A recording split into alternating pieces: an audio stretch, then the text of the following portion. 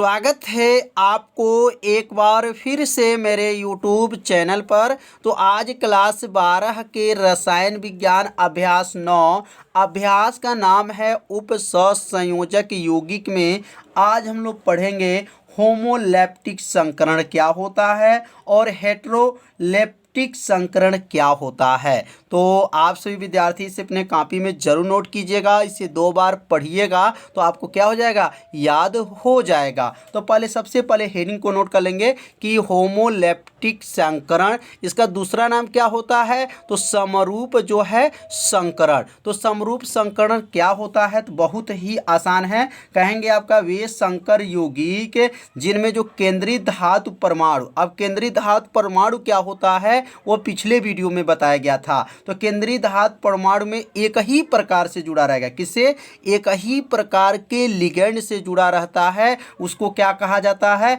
Homoleptic संकरण कहा जाता है। तो अब यहाँ पे इसकी जो परिभाषा को लिख लेंगे कि वे संकर यौगिक, क्या लिखेंगे, वे संकर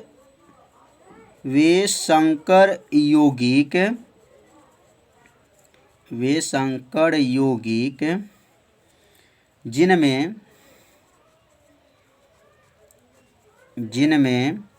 केंद्रीय धातु, जिनमें क्या लिखेंगे, केंद्रीय धातु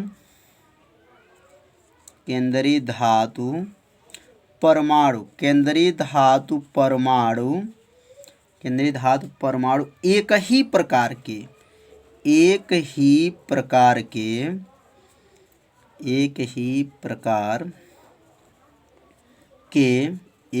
प्रकार के लिगेंड, एक ही प्रकार के क्या हैं, लिगेंड से जुड़ा होता है, एक ही प्रकार के लिगेंड से जुड़ा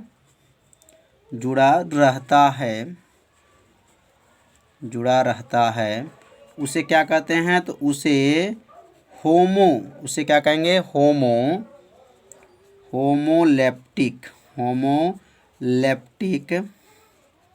होमोलैप्टिक संकरण या समरूप संकरण कहते हैं। कितना आसान है, बस इसे 2 बार पढ़िए, आपको परिभाषा क्या हो जाएगा, याद हो जाएगा।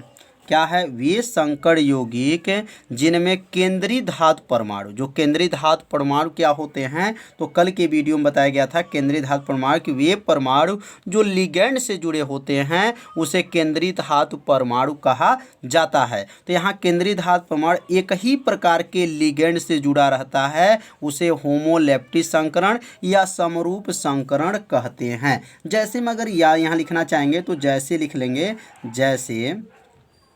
जैसे जो है Fe कोष्टक में लिख सकते हैं CN, यहाँ 6 है और पावर जो है यहाँ पर 4 है। तो अब यहाँ पे पूछा जाएगा कि यहाँ पे जो है Fe जो देख रहे हैं, Fe एक कितने लिगेंड से जुड़ा है, तो यहाँ पे इसके आगे देखेंगे तो एक ही जो है लिगेंड से जुड़ा हुआ है, मतलब इसे क्या कहा जाएगा, होमोलैप्टिक संकरण कहा जाता है। अब यहाँ पे अगर देखते हैं तो लिखेंगे CO है, कोष्टक में क्या है NH क्या है 3 है और यहाँ 6 है और यहाँ पे पावर जो दिया गया है 3 है। तो अब यह बताइए जो यह CO है इसके आगे कितने जो है लिगेंड है, तो देख रहे हैं NH3 जो लिखा गया है एक ही इसको माना जाएगा। तो इसमें जो है केंद्रीय धातु परमाणु में एक ही प्रकार के क्या होगा, लिगेंड से जुड़ा होगा, मतलब इसके आगे जो देखेंगे इसमें एक है, इसमें भी जो है एक ही है, तो एक ही लिगेंड से जुड़ा रहता है, उसे होमोलैप्टिक संकरण या समरूप संकरण कहते हैं। अगर इसमें एक और जुड़ जाता है, मतलब CN के बगल में एक और आ जाए, NH3 के बगल में एक और आ जाए, तो ये सब क्या हो जाएंगे, क्या कहेंगे, हेटेरोलैप्टिक संकरण कहा जाता है, जिसमें जो है एक ही प्रकार के लिगेंड से नहीं जुड़ते हैं, मतलब एक से अधिक प्रकार के जो लिगेंड से जुड़ते हैं उसको क्या कहा जाता है, हेटेरोलैप्टिक संकरण कहा जाता है। तो समझ में आ गया होगा। इसमें जो है CN जो है, यहाँ जो Fe के आगे CN जो देख रहे हैं एक है, मतलब यहाँ पर एक ही लिगेंड माना जाएगा और इसको भी एक ही लिगेंड माना जाएगा। तो अब अगला जो हम लोग लिखेंगे हेटेरोलैप्टिक हेट्रोलेप्टिक संकरण। हेट्रोलेप्टिक संकरण क्या होता है, अब इनके बारे में समझ लेंगे। या उनका दूसरा नाम क्या है, तो उनका दूसरा नाम है असमरूप। क्या कहेंगे, असमरूप, असमरूप संकरण। तो अब इसका परिभाषा जो होगा, जो ऊपर परिभाषा लिखा गया है होमोलेप्टिक में, सेम परिभाषा रहेगा, बस थोड़ा सा परिभाषा में चेंजिंग किया जाएगा तो इसका परिभाषा क्या हो जाएगा, बन जाएगा। तो इसका परिभाषा क्या बनेगा, तो यहाँ से लिख सकते हैं वे संकर यौगिक लिखा गया इसमें भी, तो यहाँ पर भी लिखेंगे वे संकर, वे संकर यौगिक, वे संकर यौगिक जिनके, जिनमें लिखेंगे जिनमें केंद्रीय धातु, जिनमें क्या लिखेंगे, केंद्रीय धातु, जिनमें केंद्रित धातु, केंद्रीय धातु परमाणु। अब परिभाषा मिलाते चलिएगा, ऊपर का परिभाषा और नीचे का जो परिभाषा जो है सेम है, बस एक जगह जो है बदलाव किया जाएगा। तो वे संकर यौगिक जिनमें केंद्रीय धातु परमाणु एक से अधिक, बस यहाँ क्या था, एक ही प्रकार था, तो यहाँ लिखेंगे एक से अधिक, एक से अधिक, एक से अधिक प्रकार के, एक से अधिक प्रकार के, एक से अधिक प्रकार के लिगैंड, एक से अधिक प्रकार के जो है लिगैंड से जुड़ा होता है। एक ही पदार्थ एक से अधिक प्रकार के क्या कहेंगे, लिगैंड से जुड़ा रहता है, जुड़ा रहता है, जुड़ा रहता है, उसे क्या कहते हैं, उसे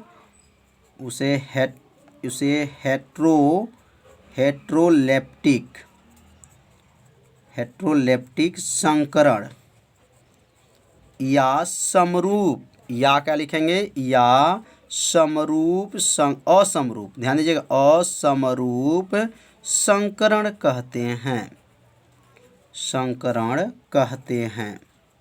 तो परिभाषा जो है ऊपर जो हम लोग पढ़े हैं होमोलेप्टिक और जो है हेट्रोलेप्टिक परिभाषा में क्या अंतर है देख ही लिए होंगे। उसमें जो है एक ही प्रकार के हैं और इसमें जो है एक से जो है अधिक प्रकार के लिगैंड से क्या होता है, जुड़ा रहता है। अब इसका एग्जाम्पल समझ लेंगे। अब इसका एग्जाम्पल जो क्या है, तो यहाँ लिखेंगे जैसे, अब यहाँ इसका जैसे लिख लेंगे। अब जैसे क्या बनेगा, तो यहाँ लिखेंगे जैसे PT, क्या है PT, और यहाँ Cl3 कोष्टक में NH3, NH क्या है 3, और यहाँ भी 3 दिया गया है। अब इसका नाम क्या होता है, आगे चल के आपको नामांकन भी पढ़ाया जाएगा, इसका नाम कैसे लिखा जाएगा। तो अब यहाँ पे जैसे यहाँ प्लस दिया गया, इसमें ध्यान से देखिए, इसमें जो है लिगेंड कई हैं, जैसे CH3 है, NH3 है। यहाँ पे क्या था देखिए, CN में एक माना जाएगा, इसमें एक लिखा है, FI के आगे कितना एक है, और यहाँ PT में देखिए 1 2 2 हो गया। तो यहाँ क्या, इसको क्या कहा जाएगा, हेट्रोलेप्टिक संकरण कहा जाता है, जिसमें एक से अधिक प्रकार के लिगेंड होते हैं, उसे हेट्रोलेप्टिक संकरण कहते हैं। जैसे यहाँ पे एक और एग्जाम्पल लिखते हैं, यहाँ पर अगर लिखते हैं, यहाँ पे दूसरे लाइन से लिख लिया जाएगा CO, क्या लिखेंगे CO, Cl कोष्टक में NH3, और यहाँ 4 है और यहाँ प्लस है। अब बताइए इसमें जो है कितने लिगेंड हैं, तो यहाँ 2 से अधिक हैं, यहाँ 2 Cl है और NH3 है, तो इसमें 2 लिगेंड हैं। और इसके ऊपर वाला में जो हम बताए थे, इसमें देखिए यहाँ पे जो है लिगेंड कितने हैं, इसमें CN जो 1 लिगेंड है, इसमें 2 लिगेंड है, और इसमें भी कितने हैं, 2 लिगेंड है। तो इसलिए इसे क्या कहेंगे, जिसमें 2 लिगेंड होते हैं, 3 लिगेंड होते हैं, 4 लिगेंड होते हैं, इसको क्या कहा जाता है, हेट्रोलेप्टिक संकरण कहा जाता है। तो और एक रहते हैं तो उसको क्या कहा जाता है, होमोलेप्टिक संकरण कहा जाता है। तो समझ में आ गया होगा कि होमोलेप्टिक संकरण और हेट्रोलेप्टिक संकरण क्या होता है। तो इसे अपने कॉपी में जरूर नोट कर लीजिए, ऐसे 2 बार पढ़िए, आपको परिभाषा तुरंत क्या हो जाएगा, याद हो जाएगा। तो अब हम लोग आगे पढ़ेंगे, तो अब हम लोग पढ़ेंगे केंद्रीय परमाणु की ऑक्सीकरण संख्या, केंद्रीय परमाणु की जो है ऑक्सीकरण संख्या, केंद्रीय परमाणु की ऑक्सीकरण संख्या। तो अब ऑक्सीकरण संख्या कैसे ज्ञात करेंगे, तो अब ऑक्सीकरण संख्या निकालने का पहले इसकी परिभाषा समझ लेंगे कि केंद्रीय परमाणु की जो है ऑक्सीकरण संख्या क्या होता है, और ऑक्सीकरण संख्या आपको निकाल करके बताया जाएगा कैसे इसको निकाला जाता है। तो यहाँ पे इसकी परिभाषा जो है संकुल आयन, जो संकुल आयन मतलब उप सहसंयोजिक आयन इसको बोला जाता है। तो संकुल आयन के केंद्रीय धातु परमाणु अथवा परमाणु पे जो उपस्थित आवेशों की संख्या को केंद्रीय धातु परमाणु की जो है ऑक्सीकरण संख्या कहा जाता है। तो अब यहाँ पे जो है पहले इसकी परिभाषा को लिख लिया जाए, तो लिखेंगे संकुल आयन, क्या लिखेंगे, संकुल आयन, आयन के केंद्रीय, आयन के जो है केंद्रीय, संकुल आयन के केंद्रीय धातु आयन, केंद्रीय धातु आयन। तो केंद्रीय धातु आयन किसे कहते हैं, मतलब वे आयन होते हैं जो लिगैंड से जुड़े होते हैं, किससे, लिगैंड से जुड़े होते हैं, उसे केंद्रीय धातु आयन कहा जाता है। तो लिखेंगे संकुल आयन के केंद्रीय आयन, केंद्रीय जो है धातु आयन अथवा जो है परमाणु पर उपस्थित, क्या लिखेंगे, परमाणु पर उपस्थित, परमाणु पर उपस्थित आवेशों की संख्या, आवेशों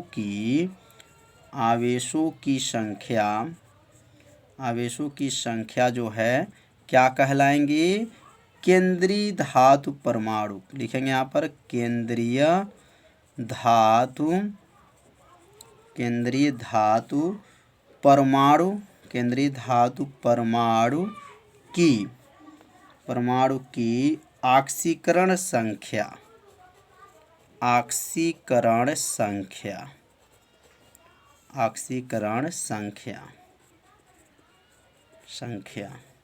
कहलाती हैं।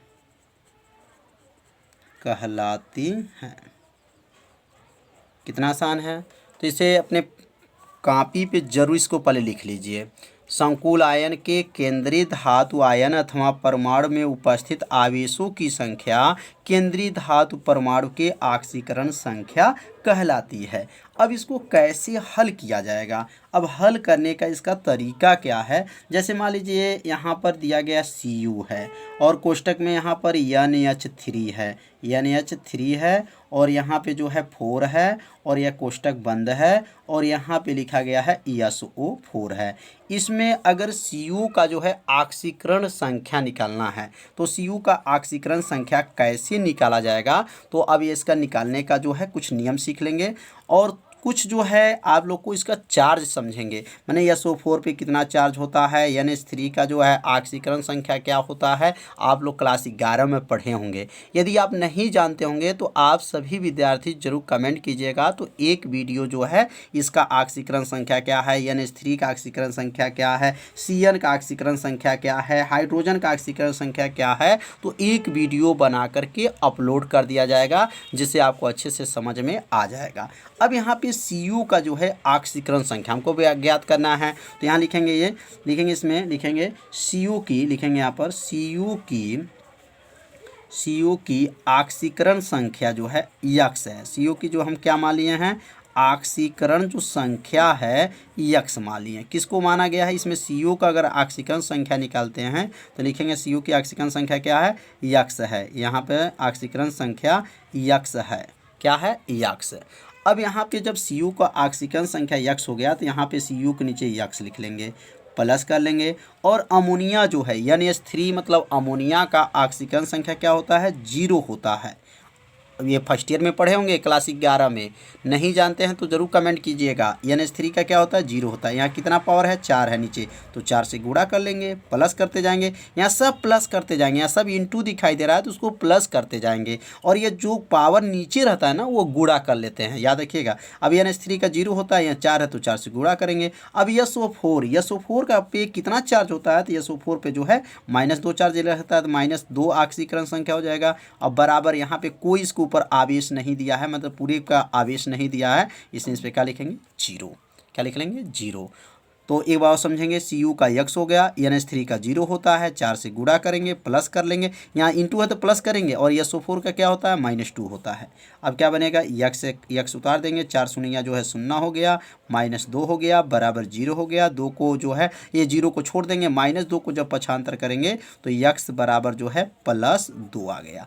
मतलब ये +2 किसका आक्सीकरण संख्या है, तो Cu का जो है आक्सीकरण संख्या है। तो निकालना जो है समझ में आ गया और कैसे इसको निकाला गया है। अगला हम देखते हैं, अगर अगला को हम निकालना चाहते हैं, जैसे Fi का, Fi है और यहाँ Cn है और पावर यहाँ पे क्या है 3 घात दिया है, यहाँ पर जो लिखा गया है -3, मतलब 3 और यहाँ माइनस है। अब इसको जो है इसमें Fi का जो है आक्सीकरण संख्या निकालना है, तो यहाँ लिखेंगे माना, यहाँ माना लिख लीजिएगा, माना, यहाँ पर जैसे Cu का आगे लिखे माना लिख लीजिएगा, यहाँ पर माना Cu की आक्सीकरण संख्या है। तो माना Fi की आक्सीकरण संख्या, Fi की क्या संख्या लिखेंगे, आक्सीकरण संख्या क्या है, x है। आक्सीकरण संख्या क्या मान लिए हैं, x है। किसकी, Fi की आक्सीकरण संख्या x है। तो अब इसका जो x माने हैं तो Fi के नीचे क्या लिखेंगे, x। Fi का आक्सीकरण संख्या x हो गया, प्लस हो जाएगा Cn का जो आक्सीकरण संख्या क्या होता है, मतलब Cn के ऊपर कितना चार्ज होता है, तो -1, तो यहाँ लिखेंगे -1 हो जाएगा।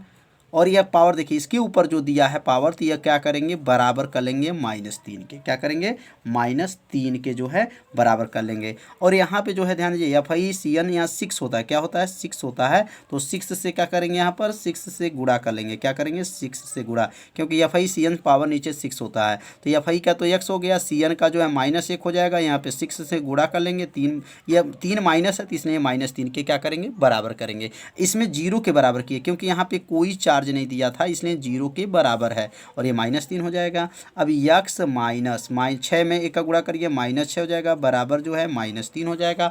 6 को क्या कर देंगे, पक्षांतर कर देंगे। अब x बराबर जो है -3 + 6, 6 में से 3 को घटा दीजिए, क्या हो जाएगा, +3 हो जाएगा। तो यहाँ Fi का जो आक्सीकरण संख्या निकला +3 निकल गया।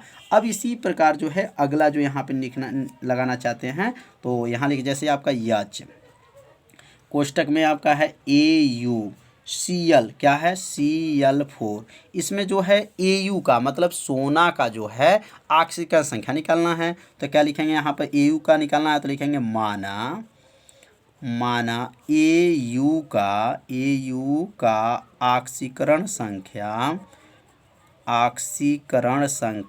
क्या है, तो Au का आक्सीकरण संख्या जो है x है, क्या है, संख्या जो है x है, यहाँ x मान लेंगे। किसका, Au का जो आक्सीकरण संख्या है वह क्या है, x है। अब बताइए H का कितना होता है, तो H का जो होता है 1 होता है, प्लस चार्ज होता है, क्योंकि H के ऊपर प्लस चार्ज होता है। Au का क्या हो गया, x हो गया। Cl के ऊपर कितना चार्ज होता है, -1 होता है, -1, और यहाँ 4 है तो 4 से गुणा कर लेंगे, बराबर करेंगे, और यहाँ कोई चार्ज नहीं दिया इसलिए यहाँ पे 0 कर लेंगे। अब क्या बनेगा, 1 हो जाएगा, प्लस हो जाएगा, x हो जाएगा, 4 × 4 -4 हो गया, बराबर 0 हो गया। अब 1 में से 4 को घटाएंगे तो क्या बनेगा, -3 बनेगा, बराबर 0 हो जाएगा। अब यहाँ 3 को क्या कर लेंगे, पक्षांतर कर देंगे, तो x बराबर जो है 3 हो जाएगा। तो x का मान कितना आ गया, 3 आ गया। तो x बराबर 3 आया, और यहाँ चाहे तो आप प्लस लिख सकते हैं, लेकिन यहाँ प्लस जो है छिपा रहता है, तो x का मान जो है +3 आ गया। तो आक्सीकरण संख्या जो है निकालना समझ में आ गया होगा, कैसे निकाला गया है। यदि आपको आक्सीकरण संख्या निकालना नहीं समझ में आया होगा तो आप सभी विद्यार्थी जरूर कमेंट कीजिएगा, तो आप सभी विद्यार्थी के लिए एक और वीडियो बना दिया जाएगा जिस पे जो है आक्सीकरण संख्या संबंधित आपका पूरा क्वेश्चन रहेगा। तो आज का पढ़ाई कैसा था, आपसे विद्यार्थी जरूर कमेंट कीजिए, वीडियो को लाइक कीजिए। चैनल पे यदि पहली बार आए होंगे तो चैनल को सब्सक्राइब और घंटी दबाना मत भूलिए, क्योंकि यह लाइव क्लास आपके लिए ही चलाया जा रहा है। तो मिलते हैं अब अगले भाग में, तब तक के लिए सभी विद्यार्थियों को नमस्कार।